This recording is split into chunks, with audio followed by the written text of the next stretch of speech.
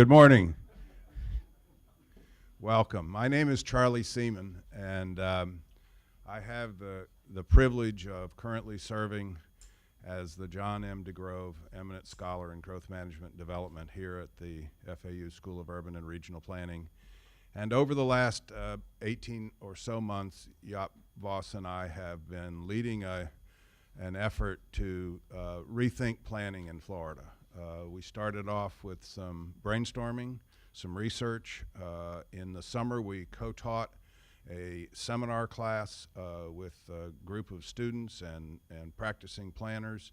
And we really started with a history of planning in the United States and walked through what we've done in this country, and in particular what we've done in Florida over the last 35 years, bit by bit, and pulled it apart and critiqued it and tried to identify the weaknesses, the strengths, and how well our existing system would have served us if it had still been in full form with our students. And the conclusion of our students was really fairly remarkable. We thought it would take us most of the summer to persuade them to step back from the growth management system that they were so entrenched in, particularly the practicing planners. And so we had an extensive curriculum to walk them through patiently, step by step. And about the fourth class, they wanted to jump to the end because they were ahead of us in terms of understanding where the challenges were and what we needed to do. Since then, we in the fall and the winter, we had a lecture series. We started with Tom Pelham, who took us through the history of growth management from a former twice secretary's perspective. And Tom gave a really thoughtful presentation, and I think it was very informative for everybody who participated.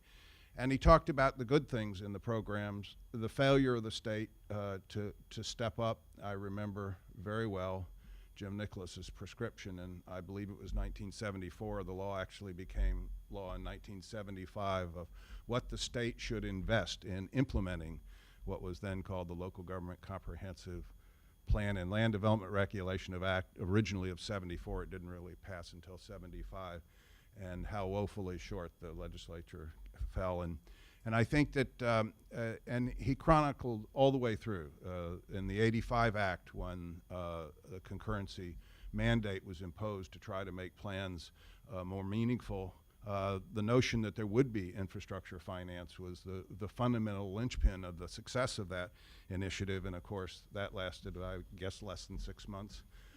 So there are a number of lessons that we've learned, and we've been walking through what to do. We also had a series of lectures from people overseas to step back from what we do here in the United States and understand what other societies are doing to manage their land and water resources.